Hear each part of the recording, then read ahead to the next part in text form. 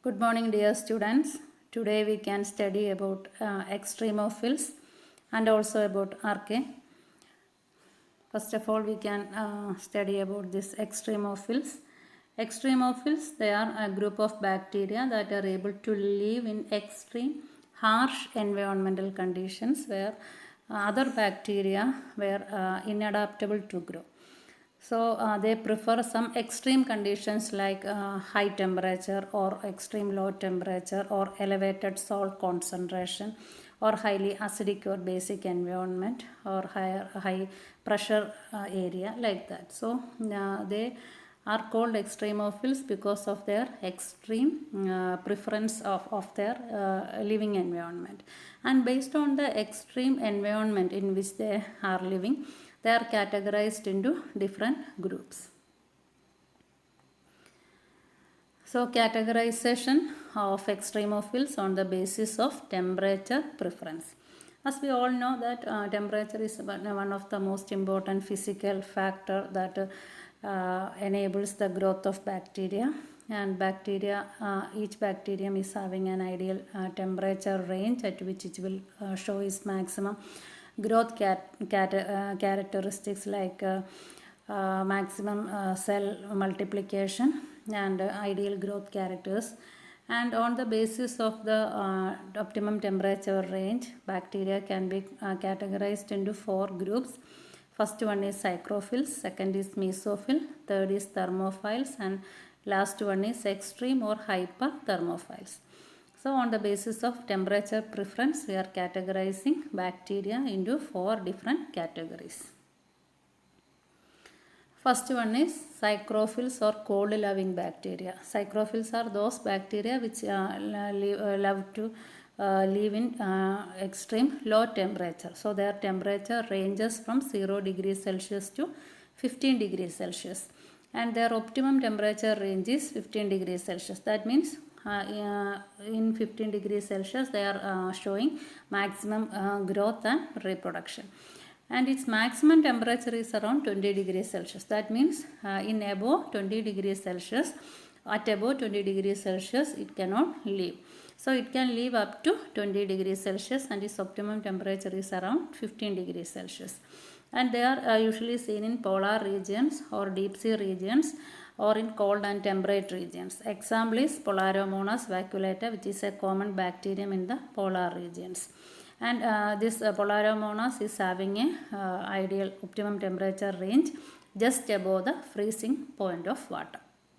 So psychrophils are cold loving bacteria which love to live in extreme low temperature, that is from 0 degree to 15 degrees Celsius, and their optimum temperature is 15 degrees Celsius.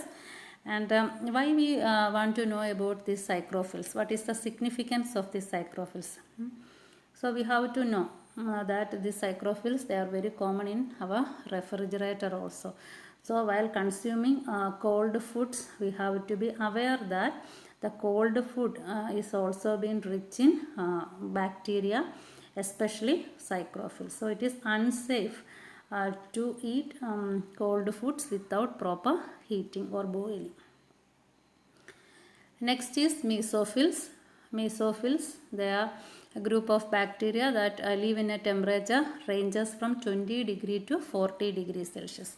So their temperature ranges 20 degree to 40 degree, and their optimum temperature is around 37 degrees Celsius. So the significance of mesophil is that most of the human pathogens are mesophils, because our body temperature is 37 degrees Celsius and the optimum temperature preference of this mesophil is also around 37 degrees Celsius. So our disease causing bacteria all come under this mesophilic category.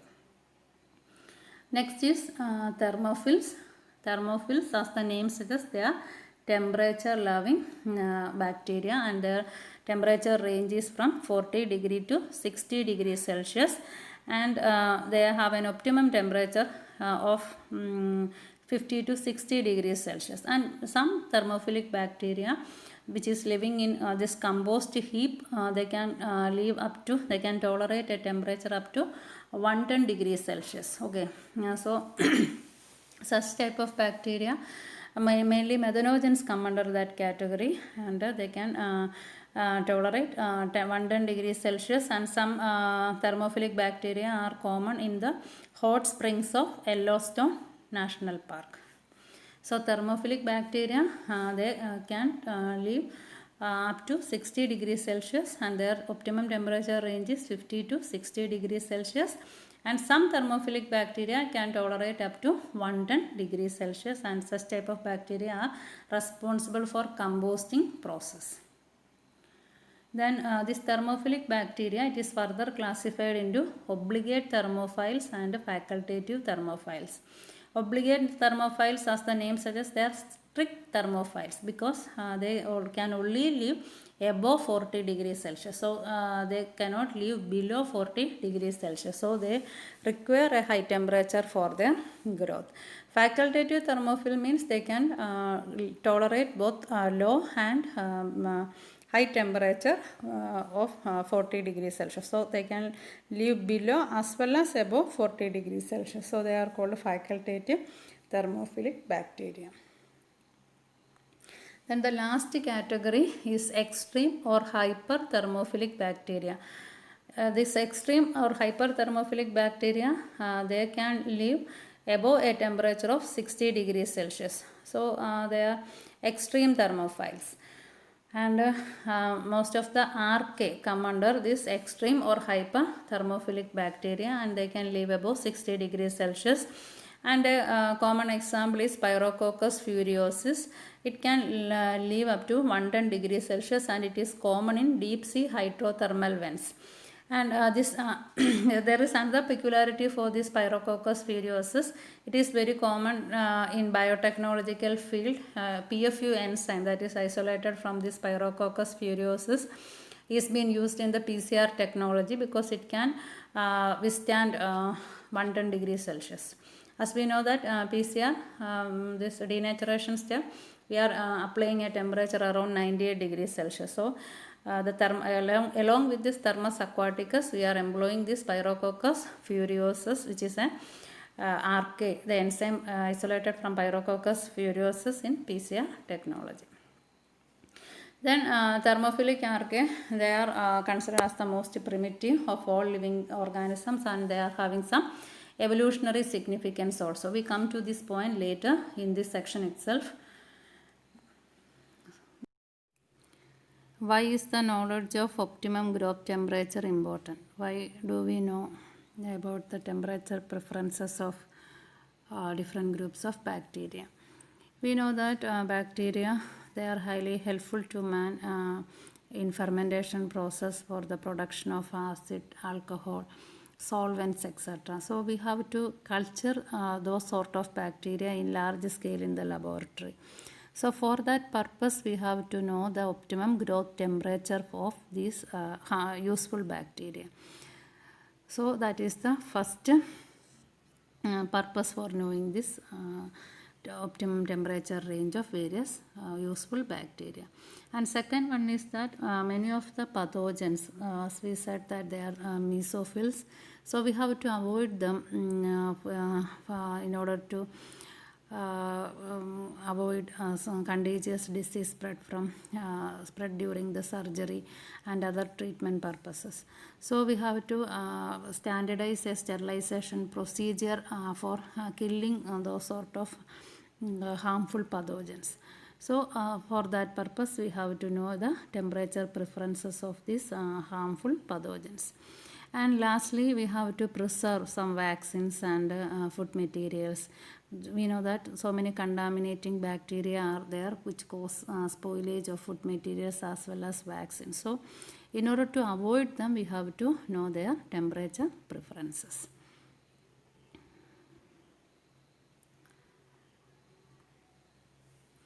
Next is categorization of bacteria on the basis of the pH preference. Bacteria, they are cultured in the laboratory within a narrow pH range of 6.5 to 7.5. And very few bacteria, they are capable of growing in a pH below 4 and a pH above 8. So pH below 4 means it is a highly acidic environment, and pH above 8 is a basic environment. So on the basis of the pH preferences, bacteria are classified into 3 groups: neutrophilic bacteria, alkalophilic bacteria, and acidophilic bacteria. So neutrophilic bacteria, they prefer a pH range of 6.5 to 7.5, and most of the bacteria are neutrophils.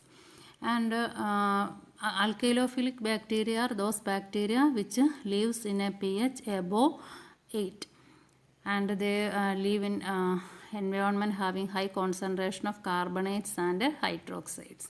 Example of alkalophilic bacteria is Bacillus thermoalkaliphilus.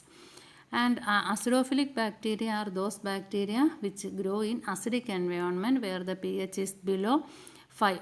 And example is Thiobacillus ferroxidens. And significance of this acidophilic bacteria is that Thiobacillus ferroxidens, it will grow in a pH range between 1 to 3.5.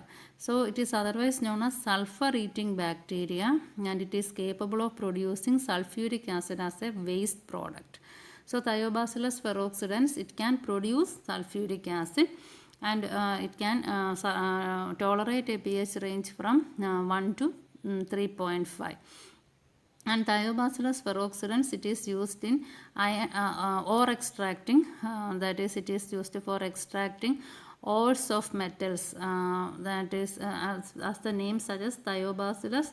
Thio means sulfur and ferro means iron. So it can be used to extracting sulfur as well as iron ores from very hazardous environments, that is having extremely high amount of acidic concentration.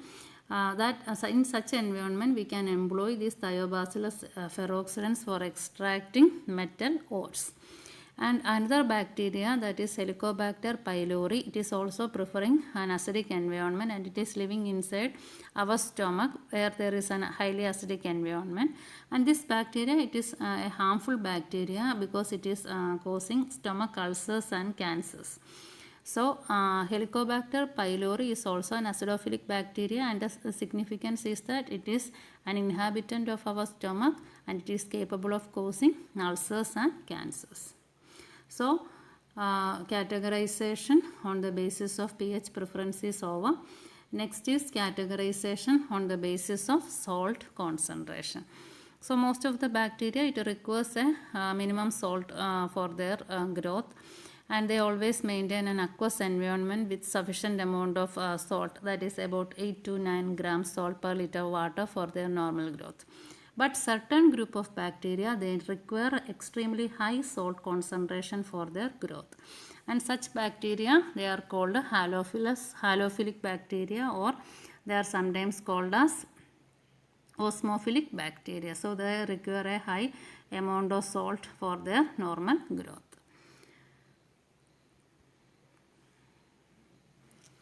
Halophiles, they are bacteria that live in extremely high concentration of salt, and they are seen in salt pans, then solar evaporators of desalination plants, and in natural environment they are seen in Great Salt Lake, and also in Dead Sea where salinity is naturally very high. Example of this halophilic bacteria include Halobacterium and Halococcus. And halophils are classified mainly into 3 types: obligate halophils, then facultative halophiles, and extreme halophiles. These obligate halophiles, they require, obligate means they are very strict halophiles and they require a salt concentration more than 30%.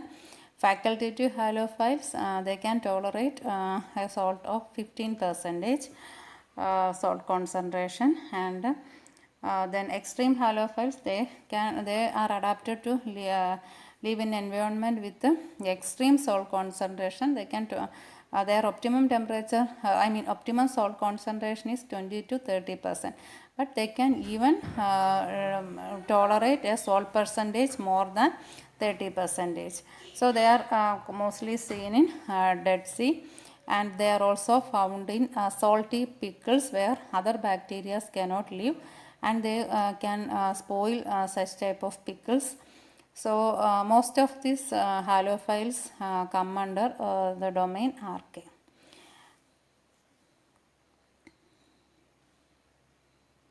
So the significance of knowing this halophilic or the salt preference of this sort of bacteria is that we have to identify the concentration of the salt or the sugar that is required to prevent the spoilage of food by bacterial contamination. So as we said that this extreme halophiles, they are very common in salty pickles.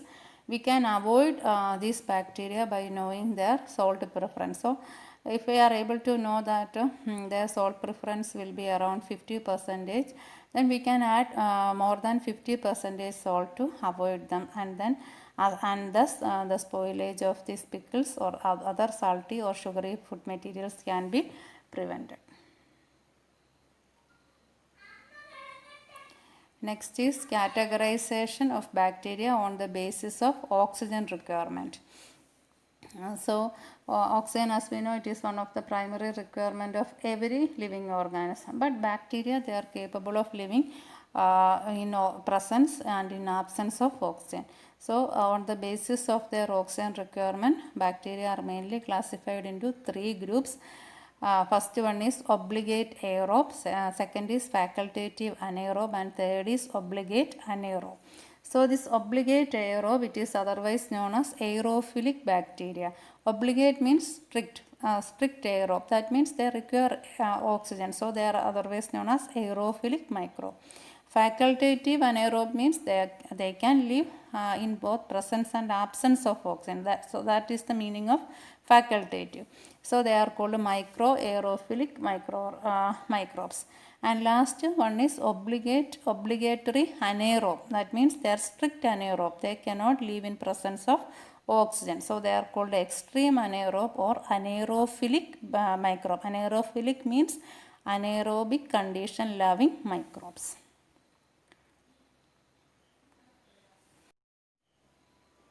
Obligate aerobe, they can survive only in presence of oxygen, and the ability to use oxygen give them the ability to utilize the oxygen for the complete oxidation of their food materials, and removal of oxygen from their environment will kill these obligate aerobe. So they are strict aerobe that requires oxygen for their survival. So absence of oxygen will kill them. Then next category is facultative anaerobe. They can live both in presence as well as absence of oxygen. They can tolerate both presence as well as absence of oxygen. And they have evolved special mechanisms like fermentation and anaerobic pathway which allow them to survive in oxygen absent environment.